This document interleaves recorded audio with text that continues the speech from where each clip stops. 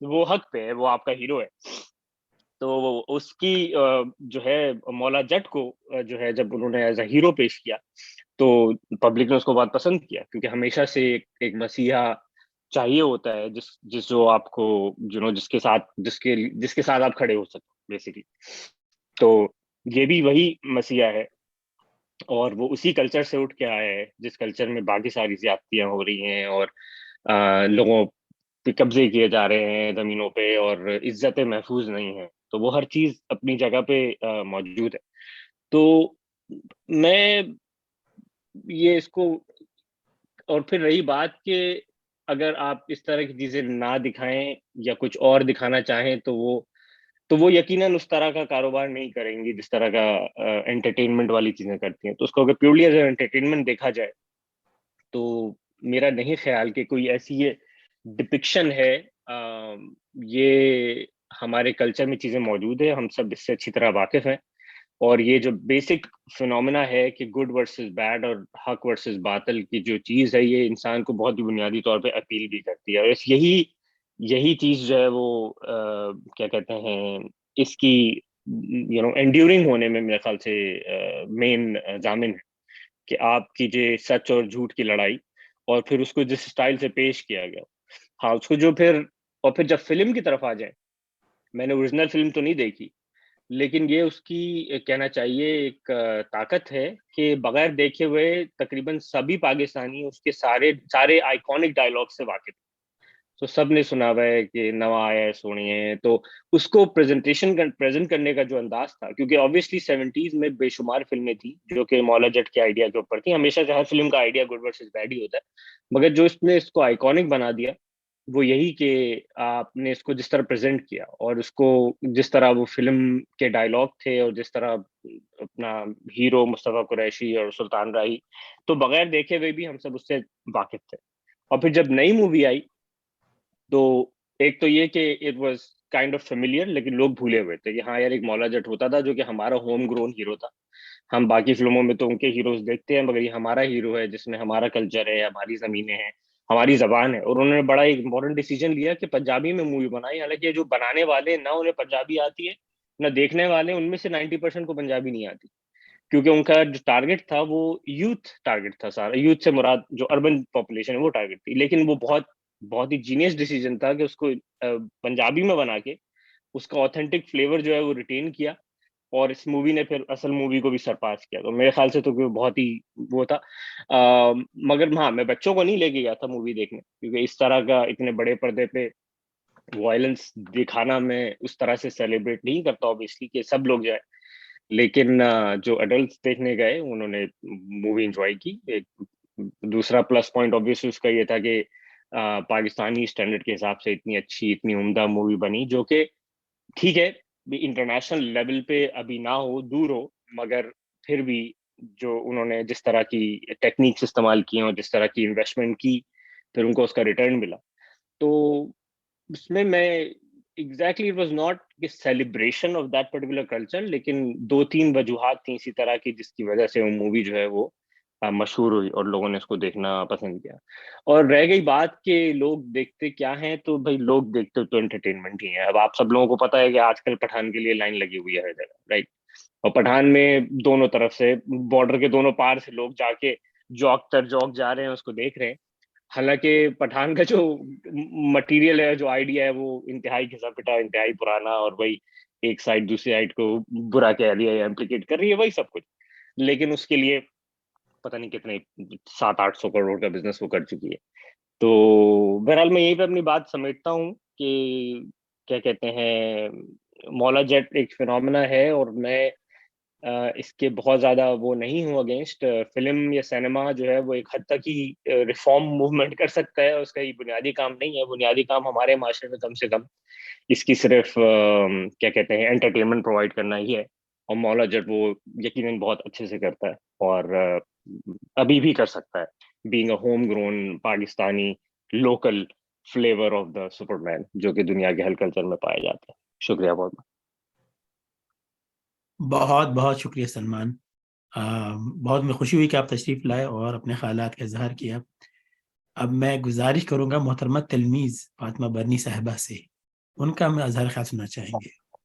السلام علیکم. میں تو اصل میں میرے نہ آنے کی ایک وجہ یہ بھی تھی کہ میں نے یہ فلم نہیں دیکھی ہے, تو اس لیے میں سوچی تھی بغیر دیکھے کیا اس موضوع پہ بات کروں, لیکن یہاں تو نئی باتیں ظاہر سننے کو ملی, کچھ سمجھنے کا موقع ملا. گنڈاسا کا آپ نے ذکر کیا ہے, احمد نظیم قاسمی کا بہت شاندار افسانہ ہے, اور اس سے بہت پہلے میرا خیال ہے جب پاکستان ٹیلی ویژن کلر نشریات نہیں شروع کی تھی, اس وقت اس کو ڈراماٹائز بھی کیا گیا ہے, کیونکہ احمد نظیم قاسمی نے فلموں ٹی وی کے لیے جو لکھتے تھے ظاہر اس کی ڈرامائی تشکیل بھی وہی کرتے تھے. خیر, تو لیکن یہ کہ ہاں گنڈاسا اور اس کے علاوہ جو احمد ندیم قاسمی وائرس کے لیے مشہور ہے. اچھا, اب میں آتی ہوں اس کے مولا جٹ کے تھیم کی طرف.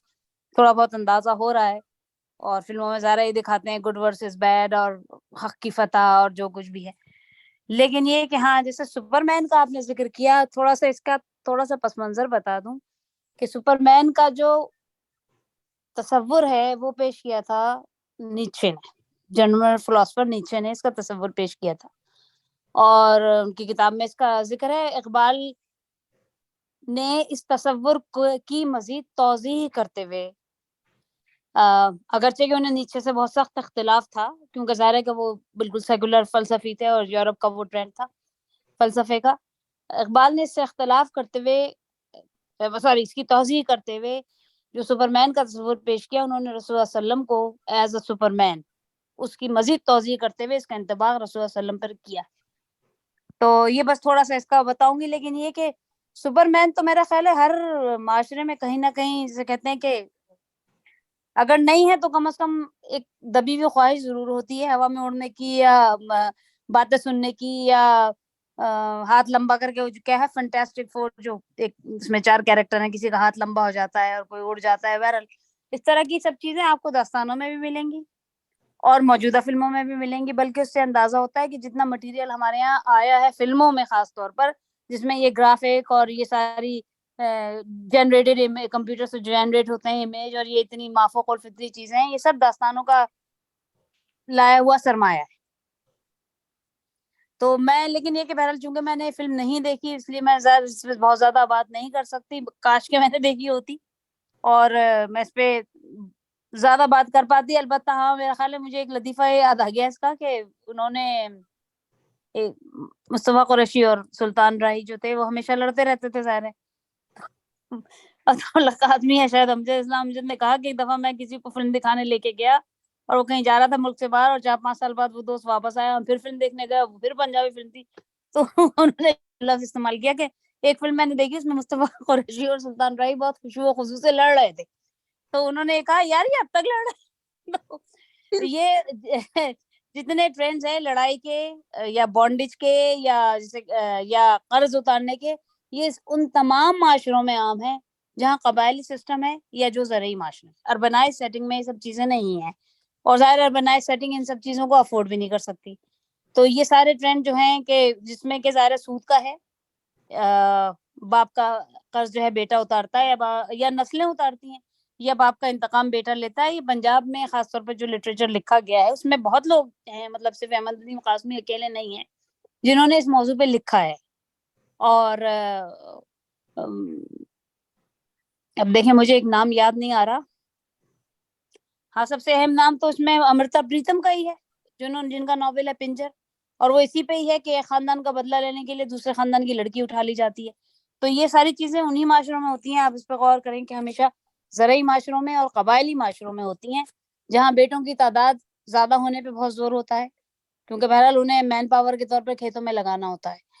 تو ان چیزوں کی اور طاقت کا جو جسے کہتے ہیں کہ جو پاور کا جو مرکز ہوتا ہے وہ ایک ظاہر کو ایک پیٹریارک کے ایک بڑا آدمی ہوتا ہے, جو بھی چودھری یا مکھیا یا جیسے 10 بیٹوں کا باپ, اور اسی لیے ان کو ایز سے کہتے ہیں کہ پیسے کیا کہیں گے اس کو, مٹیریل پاور کے طور پر بھی انہیں استعمال کیا جاتا ہے. تو یہ سب تصورات ہو سکتا ہے استعمال ہوئے ہوں اس میں نے فلم نہیں دیکھی اس لیے ظاہر کچھ نہیں کہہ سکتی اس میں مولا جٹ میں. البتہ یہ کہ اتنی باتیں اب سن لی ہیں تو شاید میں جا کے دیکھ لوں, لیکن مسئلہ یہ مجھے پنجابی زبان نہیں آتی, تو میں سمجھ سکتی ہوں لیکن بہت شدبد ہے مجھے. تو بس میں اتنا ہی کہنا چاہوں گی کہ اس میں ہو سکتا ہے بہت سارے تصورات کو, چونکہ بنانے والے جو صاحب ہیں انہوں نے سنا اس پہ بہت محنت کی ہے, تو یقیناً یہ سارے ٹرینڈ سے وہ واقف ہوں گے، جس میں ظاہر ہے کہ یہ قبائلی سسٹم اور یہ کیا کہتے ہیں حق کی یہ جو ہے فتح. اچھا ایک بات اور میں یہ کہنا چاہوں گی کہ فلموں میں جو چیز بہت زیادہ دکھائی جاتی ہے وہ یہ کہ ایک قانون کی حفاظت کے لیے یا قانون کے نفاذ کے لیے بھی قانون کو توڑنا پڑتا ہے، یا قانون کی بالادستی کے لیے بھی قانون کو توڑنا پڑتا ہے، یعنی کہ صحیح کام جو ہے وہ غلط طریقے سے کیا جاتا ہے. اور جیسے ابھی انہوں نے کہا کہ وہ چاہے قتل بھی کرے چاہے کچھ بھی کرے، لیکن یہ کہ لوگوں کی ہمدردیاں اس کے ساتھ ہیں، اس لیے کہ وہ لوگوں کے کام آتا ہے، یا بہرحال اس نے قانون کا نفاذ کیا ہے. تو یہ تصور بھی آج ہی کی فلموں میں، یعنی کہ نئے دور کی فلموں میں، جب حق بہت زیادہ اسے کہتے ہیں حق کو اپنی حدوں سے باہر نکل کے اور باطل کی حدوں میں جا کے اور باطل کا قلع قمع کرنا پڑتا ہے، تو یہ سب چیزیں اس میں بہت دکھائی جاتی ہیں. ایک چیز کا اور ذکر کر دوں جانے سے پہلے کہ یہی تصور ہم کو مہابھارت میں بھی ملتا ہے، جو کہ ہندوستان کا بہت مشہور ایپک ہے. اور میری اگر جن لوگوں نے نہیں پڑھا ہے یا اس کو دیکھا نہیں ہے، وہ اگر اسے دیکھ لیں تو بہت اچھا ہے، اس لیے کہ اس میں اسی تصور کو استعمال کیا گیا ہے. تو یہ بہت جو کہتے ہیں نا پرانا تصور ہے، اس کو انہوں نے ظاہر ہے اس کو کیا کہیں بہت رچ بھی ہے آف کورس، تو اس لیے اس کو استعمال کرتے ہوئے انہوں نے اسے میرا خیال ہے اسی طرح پیش کیا ہوگا. لیکن میں یہ حتمی طور پہ ظاہر ہے کچھ نہیں کہہ سکتی، بس اتنا ہی میں کہنا چاہوں گی. بہت بہت شکریہ تلمیز بہن. ویسے نئی فلم جو ہے یہ پنجابی، ایک تو اس کی بہت آسان ہے اور دوسری اس میں کلوزڈ کیپشننگ ہے انگریزی میں، اور بہت اچھا ترجمہ کیا ہے، بہت معیاری ترجمہ کیا ہے. تو آپ ضرور دیکھیے، اس کے اندر آپ کو بالکل سمجھ میں آ جائے گی، ناممکن ہے کہ سمجھ میں نہ آئے، بہت آسان ہے سمجھنا.